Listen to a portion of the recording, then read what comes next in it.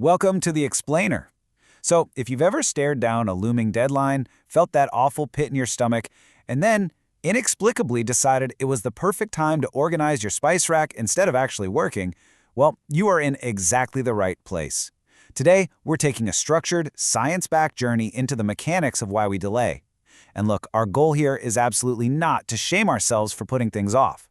Instead, we're going to completely destigmatize our daily battles with delay by looking at the hard data, the fascinating psychology behind it all, and a brilliantly simple strategy to finally beat it. Let's get right into it. Okay, let's dive into this because it's the ultimate human question, isn't it? Why on earth do we intentionally put off the very things we know we absolutely must do, even when we know, without a doubt, it's going to hurt us in the long run? For decades, society has casually labeled procrastination as just simple laziness or a lack of willpower. But as we'll see today, that assumption is not just unhelpful, it's actually scientifically inaccurate. Procrastination is a hugely complex behavioral phenomenon, and understanding it is the very first step to conquering it. Listen to these familiar phrases and tell me you haven't used at least one of them in the past week. It's just not the right time. I don't have enough information to start yet. Something came up. Or honestly, my personal favorite, I've got way too much else to do right now. I'll start after I finish X, Y, and Z. If you're nodding along right now, please know that you are deeply understood. These rapid-fire excuses, they are completely universal. They are literally the lies our brains construct in real time to justify task avoidance. But it begs the question, why is our brain working so hard to avoid the work in the first place? Section 1.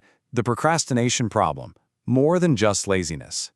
To really understand this deeply ingrained coping mechanism, we have to look at catastrophizing. This is where we completely sabotage ourselves before we even begin, by blowing the difficulty of a task way out of proportion.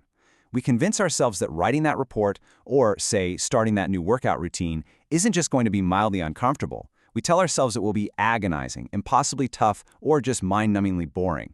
We basically build the task up into a giant monster in our minds, and the underlying theme becomes that doing the thing will be simply unbearable. Honestly, it's no wonder we run away. Section 2. Why do we delay? The brain's role in avoidance. So, if we know we're catastrophizing, why can't we just stop? Well, the blame comes right off your character and falls squarely on neurobiology. Research actually indicates that procrastination can be tied to dysfunctions in the prefrontal cortex. That's the part of your brain in charge of executive processes, things like planning, decision-making, and impulse control. When you're fighting the urge to procrastinate, you are quite literally in a neurological battle with your own prefrontal cortex, struggling to override immediate desires in favor of your long-term goals. It's a real biological tug-of-war.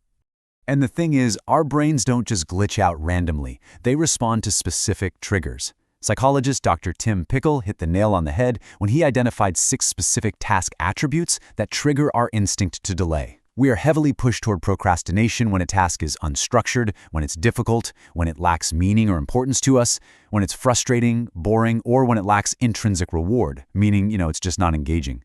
Basically, the more task checks these boxes, the louder our brain sounds the alarm to avoid it at all costs.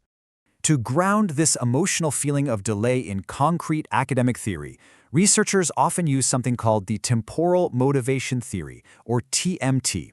This comprehensive framework posits that procrastination happens precisely when there's a gap between what we intend to do and what we actually do. TMT suggests this gap widens based on a few key factors. If we have a low expectancy that we can even complete the task, if the task has low value to us, if we're highly impulsive, and if the deadline is far away in the future.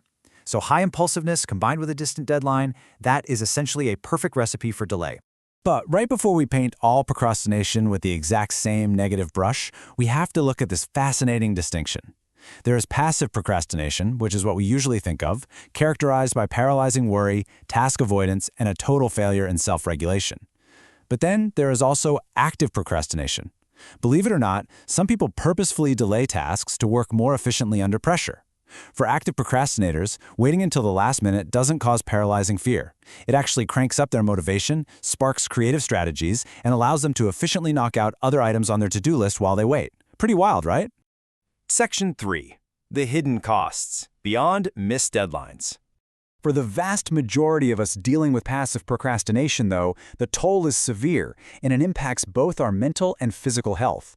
The dark storm cloud of mental impact includes high levels of stress, anxiety, and this lingering heavy sense of guilt and regret over unrealized potential.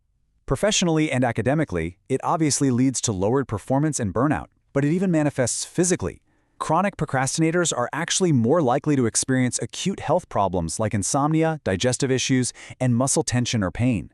So we really have to solve this, not just for our productivity, but for our overall health and well-being. Section 4. The 2-minute rule, building gateway habits. And this brings us to a solution that is almost absurdly simple. The entire philosophy is captured beautifully right here by productivity expert James Clear. When you start a new habit, it should take less than 2 minutes to do. That's it. That's the whole shebang. You defeat the catastrophizing brain by scaling down the intimidating monster task into a tiny, completely unintimidating gateway habit.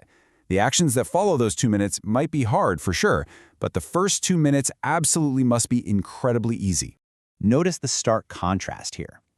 If your ultimate goal is to run 3 miles, well, that can feel really difficult and trigger procrastination. So your 2-minute rule version is simply tie my running shoes. That is your gateway habit. If your goal is to read before bed each night, the 2-minute rule is just read 1 page. Anyone can read a single page, right? Anyone can tie their shoes. By making the start completely frictionless, you literally slip right past the brain's avoidance mechanisms. So the crucial point here is understanding the vital difference between standardizing and optimizing. We so often fail because we try to engineer a perfect, optimized habit from day one, like writing a flawless 5-page essay in one sitting. James Clear's vital philosophy is that a habit must be established before it can ever be improved. You have to standardize the basic fundamental skill of just showing up before you can ever hope to optimize it. Now, some people think this is just a mental trick, like you secretly intend to work for an hour so your brain doesn't fall for the 2-minute setup. If that happens to you, you implement the 120-second cap. Actually, it's a hard stop. You literally force yourself to stop the activity exactly after 2 minutes. James Clear shares this incredible anecdote of a reader who wanted to lose over 100 pounds. He started going to the gym, but he wasn't allowed to stay for more than 5 minutes. He'd exercise for 5 minutes and then leave. But by doing this, he mastered the art of showing up. Eventually, he thought, well, I'm already here. I might as well stay longer. And a few years later, that 100 pounds was gone. It absolutely proves that lowering the barrier to entry works. Let's move to Section 5. Mastering time management, equipping yourself for success, and see how this builds. Once you've actually mastered the art of showing up for those first 2 minutes, you need the right tools to maintain that momentum. A fantastic tool to keep you going is the Pomodoro Technique. This is a highly actionable, structured way to manage your time. Step 1, pick your task. Step 2, work in a concentrated, distraction-free burst, typically for about 25 minutes. Step 3, take a short break. By breaking time into these manageable 25-minute blocks, you drastically reduce the feeling of overwhelm and keep your brain focused and fresh. And this brilliantly illustrates exactly how to maintain that daily focus and overcome those internal hurdles. Notice how Step 1 starts with being aware, kind, and completely non-judgmental with yourself. From there, you challenge unhelpful beliefs, learn to tolerate a bit of discomfort, reframe your excuses into I can, take practical action, motivate yourself, and continually reflect and revise. It's this beautiful, continuous cycle of self-regulation that perfectly complements your 2-minute gateway habits. So we've covered the neurobiology of delay, the devastating costs, and the remarkable life-changing power of simply starting small. As we wrap up, I want to leave you with this provocative thought regarding your identity. What type of person are your actions voting for today?